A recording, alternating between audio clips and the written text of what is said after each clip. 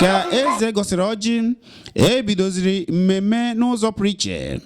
Ngwa ka anyị na-ekirikwanụ ka ndị mmadụ si abata n'obi eze Obibi Kingdom n'ebe ọ na-eme emume ịgba abịa ya bụ ịgba ọfala ya kpọmkwem nke emere na mkpụrụ ụbọchị 31 ọnwa 12 afọ 2012 n'obi ya dị na iyi n'ime Oji River kpọmkwem nke dị n'obodo Enugu. Ka anyị na-ekirinụ ka ihe mma ndị ọzọ si eme n'obi ya.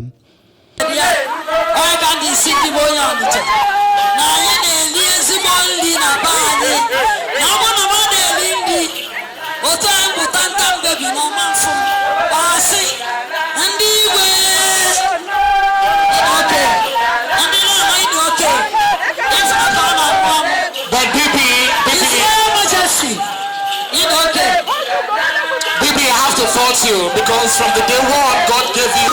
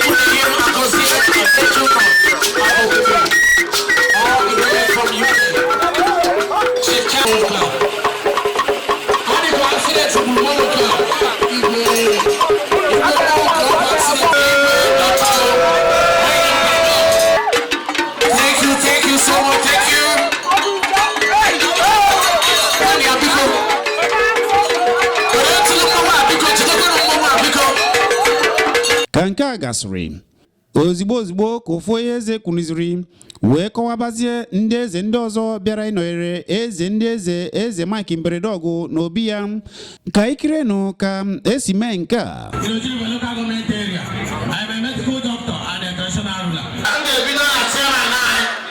Enugu West, His Royal Highness Igwe the first of Amadi Olu. His Royal Highness Igwe Dr. Onya Hawan Joko, who is the one of Ohari Igwe. And His Royal Highness Igwe Eliachi, Igwe Ohaneze, one of Ichipati. His Royal Highness Igwe Patrick A.O. Oshekwe, Eze Okawan of Ifite Obako. His Royal Highness Igwe CC, also Igwe Auntie one of Umuachi, Ibezi Owa. Actually, I'm going to go down 8 years before I complete the list.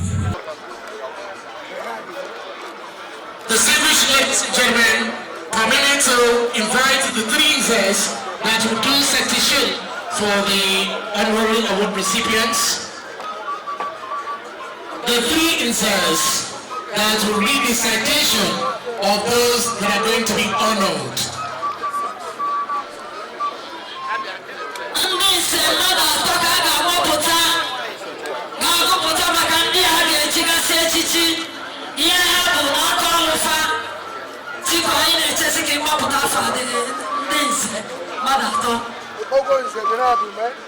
Can we have Zebenat Ume? He's going to read the citation of one of the recipients. Also, the list, Rona Chidebere, please, as I told you, you walk in here, is under the honorable leadership of Dr. Richard Sukorocha, as he recognizes him, strong belief in the quality of all human persons and every respect for our traditional institution. At this point in time, I present the young, entrepreneurial and hard-working son of Ojiba local government area for him to be given the honor and chieftaincy title as Muhammad. Igwe represent Obibi to Igwe. Igwe Obibi, onyebuchi onyoma, sino ya bema, kame ite Ohamadike.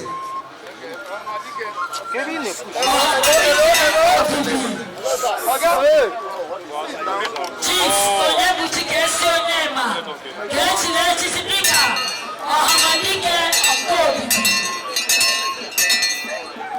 Biko na kumaka.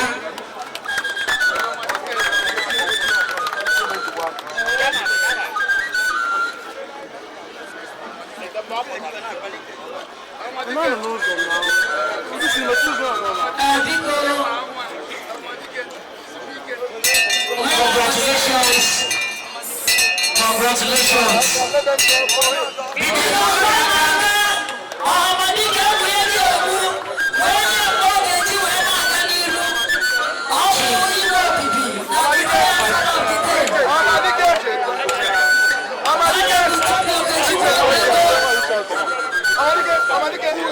Chief Lady Bridget Obibi, our citation is to be read by B.A. Woman.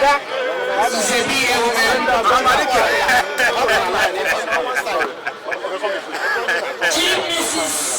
Bibi Obibi, Anna Chichi, my mental professor.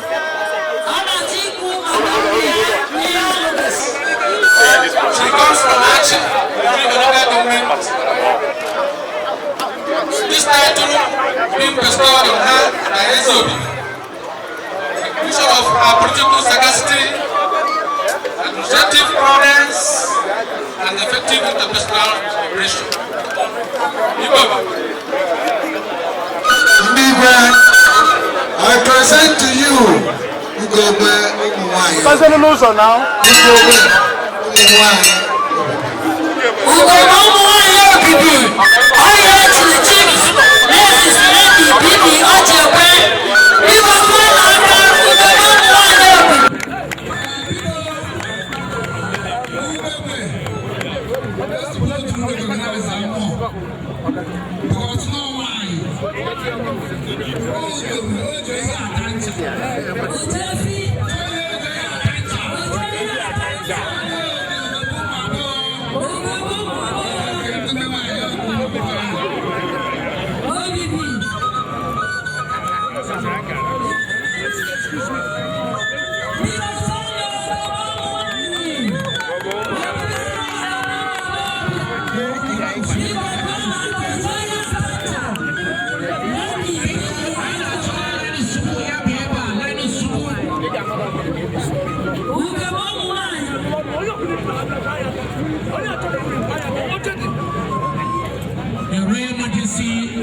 Igwe Mberedeogu, Obibi one of Obibi Kingdom.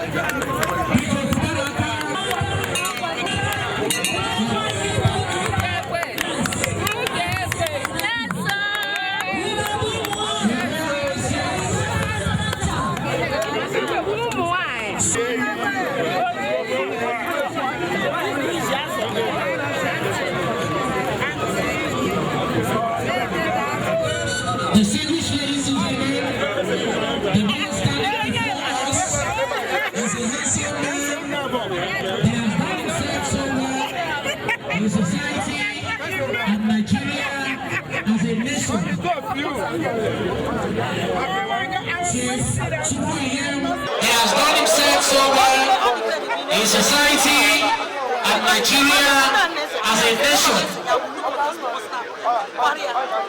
Chief Chukwu Agozie from Olo in Ojiriba local government area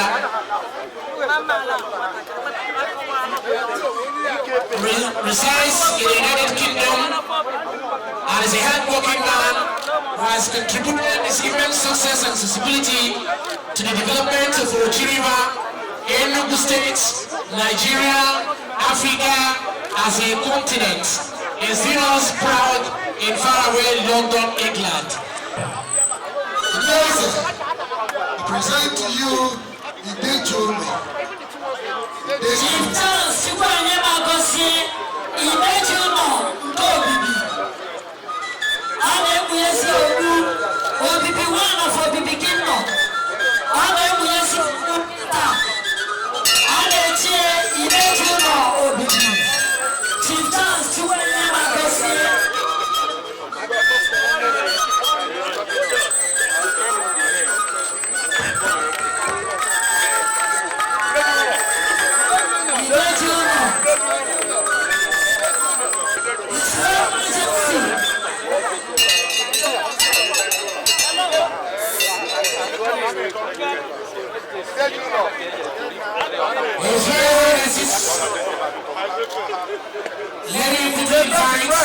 The press. Professor Boniface C.E. Eboka, Chief Kelechifu Dozie, Chief Lady Amaka A. Anajemba. Chief Professor Boniface C.E. Eboka, Chief Kelechifu Dozie, Chief Lady Amaka A. Anajemba. Presenting from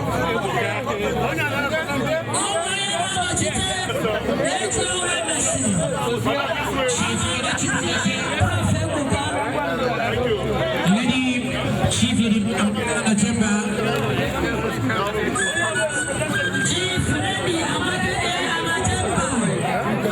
His nomination for the chieftaincy title by Obibi is based on his fear of transparency in all that he does in life. A strong and powerful Provident television program is effective interpersonal operation among the rest. This informed the reason why Igwe Obibi of the Kingdom chose him for this honor. We present to you Chief Kelechifu Dozie to be honored this afternoon.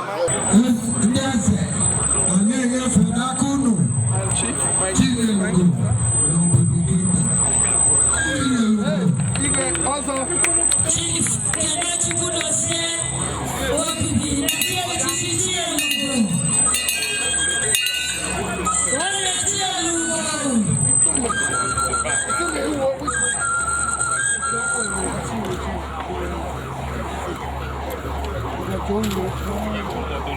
Chief Kelechifu Dozie.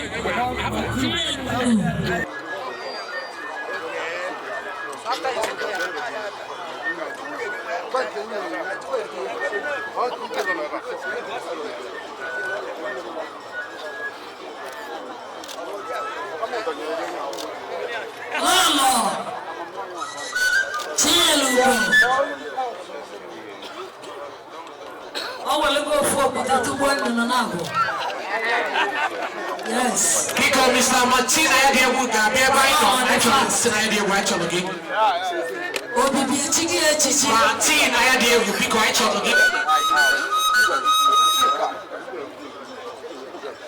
Ina emesi Chief Lady Amaka A. Anajemba Okada.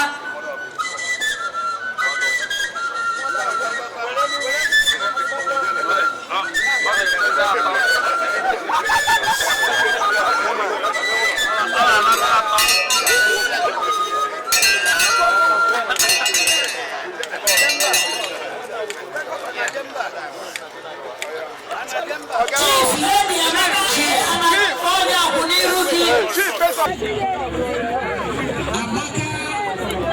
is the fifth child of Chief and Mrs. Philip Abba Oku of Enugu and Bokola Chief. Attended her primary and secondary school where she did extremely well. Currently, she is at the United States University of Science and Technology.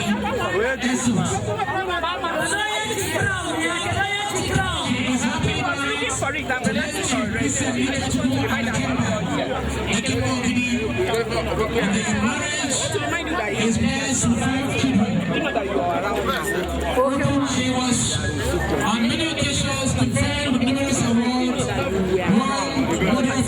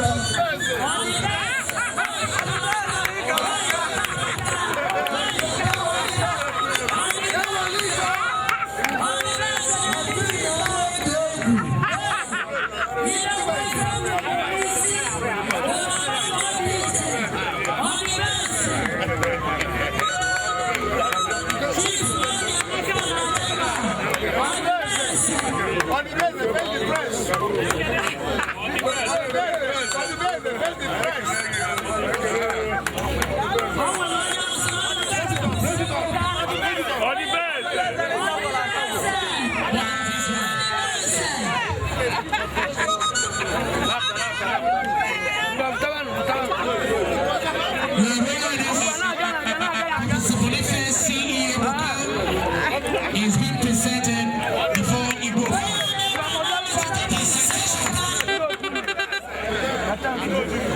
He's being represented by Professor Obibi, citation of Professor Igwe. Professor Igwe is now represented by another professor, our own son, Professor G.A. Obibi. Anyị na-enye unu chie ya nwanne dị na mba Obibi. Nwanne dị na mba. Anyị je prof onye ndọrọ na nke a ose ndị ama ndị nwoke ọ bịakọtara ya sansụlị ọ bụsị otu a ga-esi na onye eche anyị chie nwanne dị na mba ọ bụ ya anyị chie nwanne dị na mba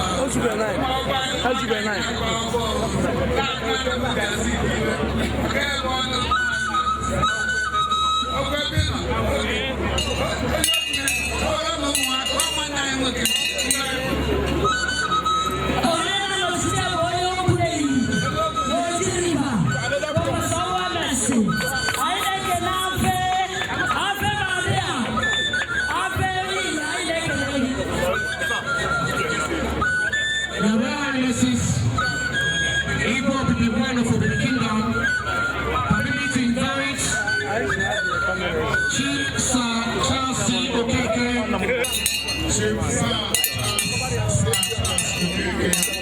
Odeni Bonibo.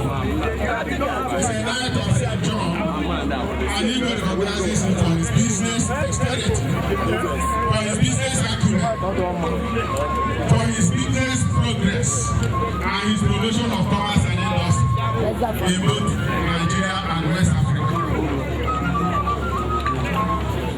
Yes. Anyị na-enye unu Odenigbo Obibi Kingdom. Odenigbo Obibi Kingdom. Odenigbo Igbo n'ọhụ maka ọ na-emesi ike. Odenigbo Igbo ọ na-emesi ike. Onye ọbụla Obibi gwara na ọ na-emesi ike na ọ na-emesi ike. Odenigbo.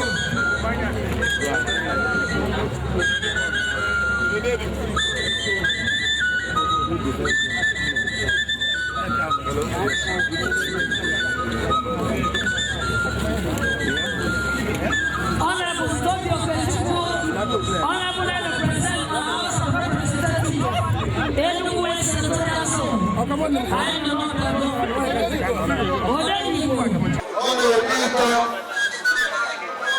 Odenigbo Obibi Kingdom. Ọrụ na aka.